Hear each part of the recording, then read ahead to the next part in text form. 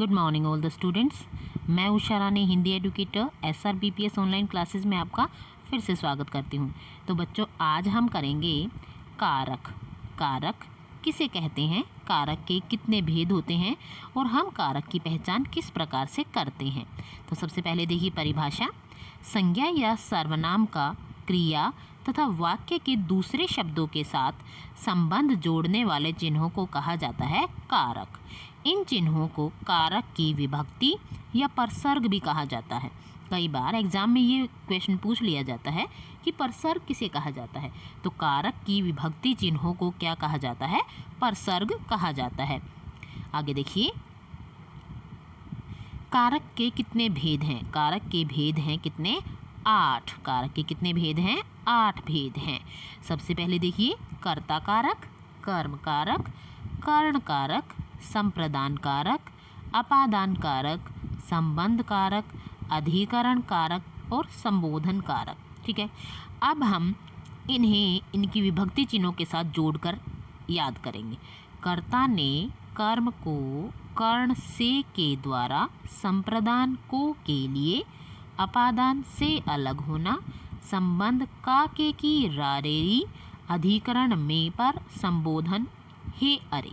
इस प्रकार से हम इन्हें एक लय में याद कर लेंगे ताकि हमें ये अच्छी तरह से याद रहे। ठीक है, अब आप देखिए कर्ता कारक की परिभाषा। कर्ता का अर्थ है करने वाला। काम को करने वाला कौन कहलाता है, कर्ता कहलाता है। यही इसकी परिभाषा भी होगी। संज्ञा या सर्वनाम के जिस रूप से क्रिया करने वाले का बोध होता है उन्हें क्या कहा जाता है, कर्ता कहा जाता है।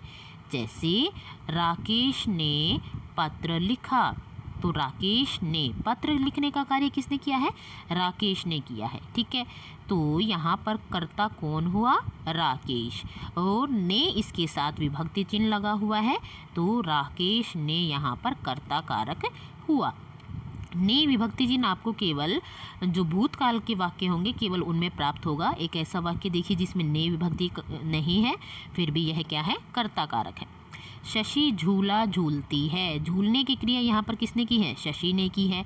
तो शशि यहाँ पर क्या है, इस वाक्य में क्या है, कर्ता कारक है। ठीक है, ने ना हो तो भी आप कर्ता कारक की पहचान कर सकते हैं। उसके बाद देखिए कर्म कारक की परिभाषा। वाक्य में संज्ञा या सर्वनाम द्वारा की गई, वाक्य में संज्ञा या सर्वनाम द्वारा की गई क्रिया का जो फल है, यानी क्रिया का जो असर है जिस पर पड़ता है। वाक्य में सबसे इम्पोर्टेंट जो ये है शब्द, ये है जिस पर। जिस पर क्रिया का असर पड़ता है उसे कहा जाता है कर्म। उसे क्या कहा जाता है, कर्म कहा जाता है। जैसे प्रिया कपड़े को अलमारी में रख रही है, तो रखने की क्रिया का असर किस पर पड़ा है, कपड़े पर पड़ा है। तो यहाँ हो जाएगा हमारा कौन सा कारक, कर्म कारक। ठीक है, उसके बाद देखिए कारण कारक। कारण कारक क्या है, वाक्य में संज्ञा या सर्वनाम के जिस रूप से क्रिया करने वाले के साधन का बोध होता है, यानी जो साधन, जो सोर्स जो हमारी सहायता करता है काम को करने में, उसे कहा जाता है कारण कारक। जैसे गंगू कुल्हाड़ी से लकड़ी काटता है, तो लकड़ी काटने की जो क्रिया है वह गंगू ने किससे की है, कुल्हाड़ी से। तो से विभक्ति चिन्ह के साथ यहाँ हमारा हो जाएगा करण कारक। करण कारक का एक और एग्जाम्पल देखिए। मुझे पत्र के द्वारा यह सूचना मिली, तो सूचना कैसे मिली, किसके द्वारा मिली, पत्र के द्वारा, इसीलिए यहाँ पर भी करण कारक होगा। ओके, यहाँ पर दोबारा दिखाया गया है क्या विभक्ति चिन्ह है और किस प्रकार से यहाँ करण कारक है। संप्रदान कारक। वाक्य में संज्ञा या सर्वनाम के जिस रूप से किसी के लिए कार्य करने या किसी को कुछ देने का बोध होता है, ये इम्पोर्टेंट है यहाँ पर, कुछ देना। ठीक है, या आप यहाँ पर विभक्ति चिन्ह लिख सकते हैं। एक तो हो जाएगा के लिए और एक हो जाएगा को। तो को हमने कर्म कारक में भी पढ़ा था, अब को हमारा संप्रदान में भी आ गया। तो दोनों में अंतर क्या है, जब हम कोई क्रिया करते हैं और उसका असर जिस पर पड़ता है वो तो हो जाता है कर्म। ठीक है।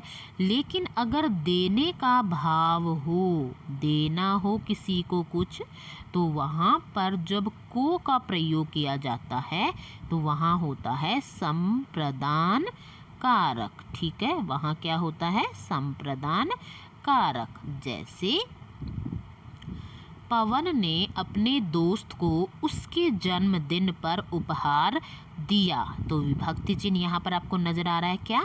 को। ओके, तो यहाँ देने का भाव है, इसी कारण यहाँ हो जाएगा संप्रदान कारक। ओके, उसके बाद देखिए अपादान कारक। अपादान कारक में वाक्य में संज्ञा या सर्वनाम के जिस रूप से अलग होने का, दूरी का, तुलना का, डर का और ले जाने का, घृणा का, ईर्ष्या का, इनका भाव आता है, वहाँ अपादान कारक होता है। जैसे सभी विद्यार्थियों ने बस्ते से अपनी अपनी पुस्तक निकाली। अब बस्ते से पुस्तकें क्या हो गई? अलग हो गई। तो ये था अलगाव अगर पाया जाता है, अलग होना अगर पाया जाता है, वहाँ होता है अपादान कारक। अगर किसी से घृणा अगर बताई जाती है, ईर्ष्या अगर बताई जाती है, किसी से डर या भय बताया जाता है, जैसे बच्चा बिल्ली से डरता है, तो वहाँ जो से हमारा विभक्ति चिन्ह होगा वो अपादान कारक को दर्शाएगा। ठीक है, उसके बाद देखिए संबंध कारक। वाक्य में संज्ञा या सर्वनाम के जिस रूप से एक वस्तु का दूसरी वस्तु के साथ संबंध का बोध होता है, उन्हें संबंध कारक कहते हैं। जैसे मैंने आपको बताया था का, के, की, रा, रे, री। यह मोहन का घर है, यह मोहन की पुस्तक है, यह सोहन का घर है। तो यहाँ पर का, के, की का जो प्रयोग हुआ है उसी के कारण यहाँ संबंध कारक है। यह हमारा काम हो गया है। ठीक है, हमारे घर में ये हमारे 5 भाई हैं। ठीक है, तो इस प्रकार से हमारा जो संबंध कारक है वो होगा। अधिकरण कारक। वाक्य में संज्ञा या सर्वनाम के जिस रूप से क्रिया के आधार का बोध होता है, यानी क्रिया कहाँ हुई है उस प्रकार से जो उसका बेस होता है ना, उसी को कहा जाता है अधिकरण कारक। अधिकरण कारक के एक उदाहरण देखिए।